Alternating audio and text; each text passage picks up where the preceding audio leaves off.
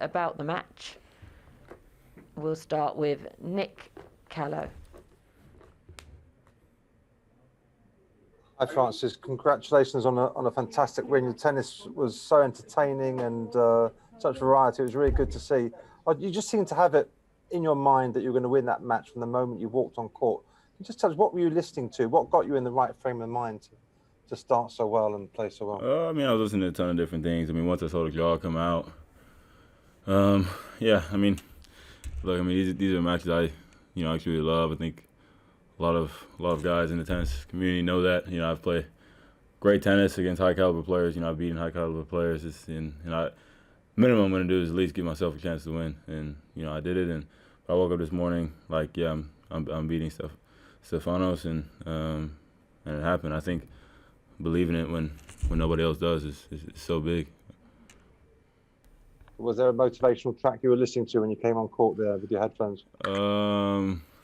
Steve Angelo, this song called "Rejoice."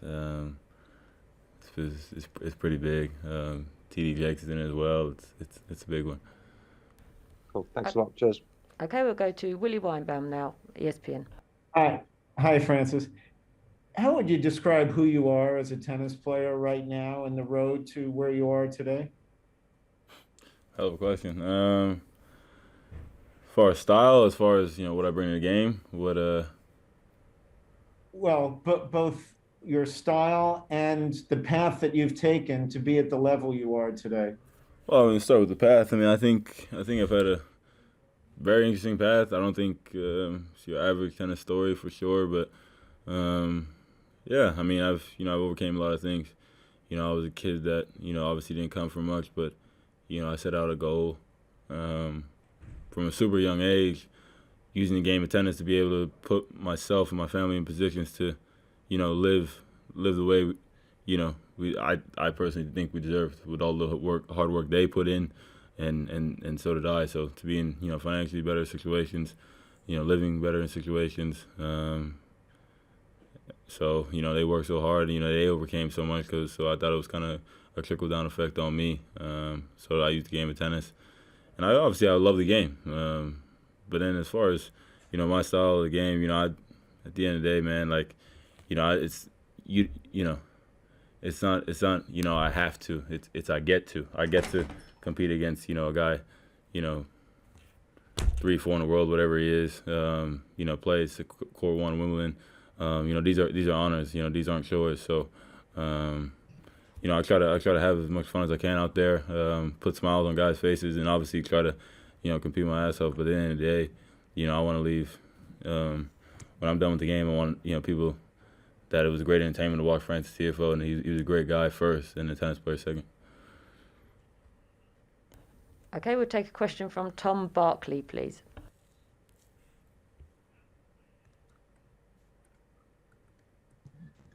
Hi, Francis. Tom Bark from The Sun here. First of all, that's the first time I believe that you've beaten a top 5 player. What do you think that can do for your career? And also, with your celebration right at the end, we all love your celebration out there. One of the things you seem to do is almost like eat from a bowl. I don't know. Can you explain what your celebration was exactly and what it meant? Oh yeah. Well, I mean, well, first I think in slam. Is that the first top 5 player I beat? Kevin Anderson not top 5 in Australia when I beat him in 2019. Anyway, but it's pretty it is like eating from a bowl kind of, but it's more so that the more matches you win or the better you do, it's the better the meal is. So it's like I'm out here trying to eat, steak dinners aren't going to pay for themselves, or nice dinners aren't going to pay for themselves. So you gotta perform and gotta win. So that's kind of the story behind it. Okay, we'll go to Liz Clark, please. Yes, hi, Liz Clark of the Washington Post. Francis, Liz, how we congratulations. doing? Good to see you. I'm good, and thanks for being available.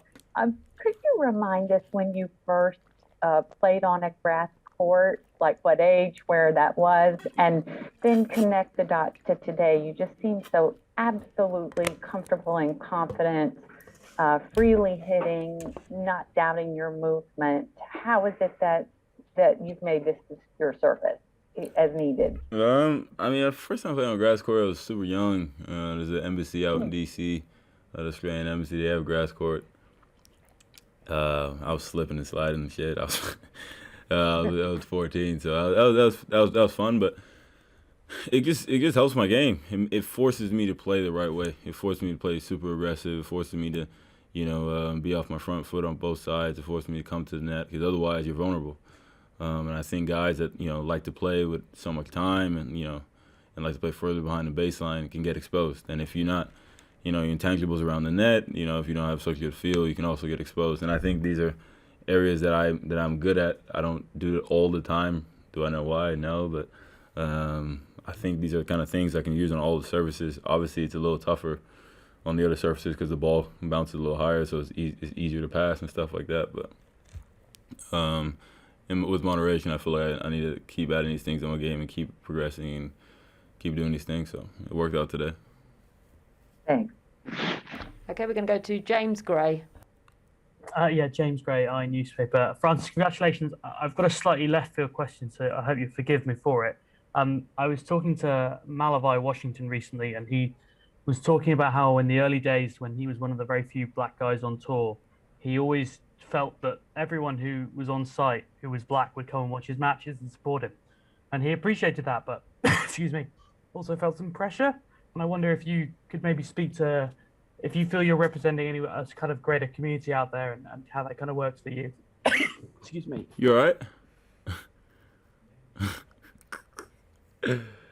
That was a tough question for you to get out, literally. But no, no, I totally know where Mal is coming from. Obviously, I mean, it's not easy, right?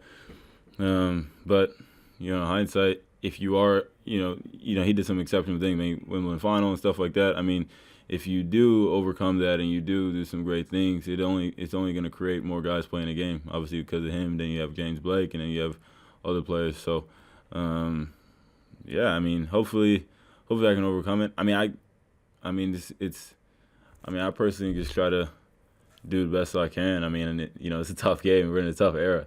I mean, whatever nationality, you still got Roger, Novak, and Rafa. It doesn't really matter. You got so whatever you try to represent, it's tough to get past those guys. But so I mean, but I mean pressure. I feel like I've already overcame pressure, man. I played on court 1 a day. If you told me when I was 10 years old I'd be playing on court 1 against the guy 4 in the world. I've been able to play, Roger, Rafa, Novak on big stadiums.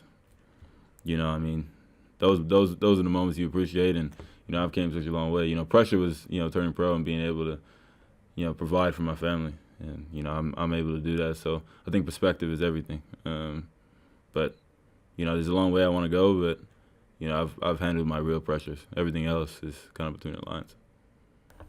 Okay, we take a question from Ben Rothenberg. Hi, Frances. Been off for a year. It's good to see you. Good, you? I'm sure you're good. So very quick question, because I can't see totally on the one quick question, then longer one.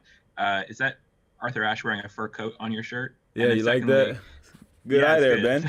Good eye there. Yeah, and then my second one is just Sloane was in there earlier because Sloane had a big win today too against Kvitova, and she was saying that she sort of learned over the course of her career not to get too into panicking during the ups and downs, during the downs of her career, and and knowing that things will come and trusting herself to be able to get things together and that things can change fast. And I'm curious for you, I mean, obviously every tennis player has some big good streaks, bad streaks at points, how you've sort of learned to ride the waves and to navigate and know that the process, trust the process, to use more Sixers talk. But what would you think? Yeah, it's so funny. Me and Sloane were actually messaging like literally about that, because I was so hyped for her. Like, I'm a guy, I don't know if you guys follow my socials, but I'm a guy who always, if someone's doing well, I always show it love. And seeing her do so well in Paris was, I loved it. She hasn't done something like that in a while, and I think herself and then people forget. I mean, this girl won a slam, made finals in another one, won a Master Series. I mean, she's one of the best girls on tour, arguably, when she's fully there. I mean, it's not even, there's no gimmick. I mean, that's just a fact. So I think, but then you start doubting yourself, and it's amazing how, you win a couple matches and everything's all forgotten. But I think it's ultimately just understanding that it's not always peaches and cream, man. Like, everyone's going through certain struggles. You don't even know what these guys are going through maybe personally, or, whatever the case may be. But it's not easy to always be playing at your top level, but it's just managing the highs and lows. But always understanding that you're a baller, you're capable, and she's so capable. And I saw it today when right before she was coming up, and I was going to practice, and I was just like, Sloan, I'm backing you to win today. Like, I'm not even worried about it. Like, and she's cracking up laughing, and she's like, well, you better do the same thing. And I was like, hey, don't worry about it. So yeah, we're great friends, and the first thing I came off was seeing if she won, and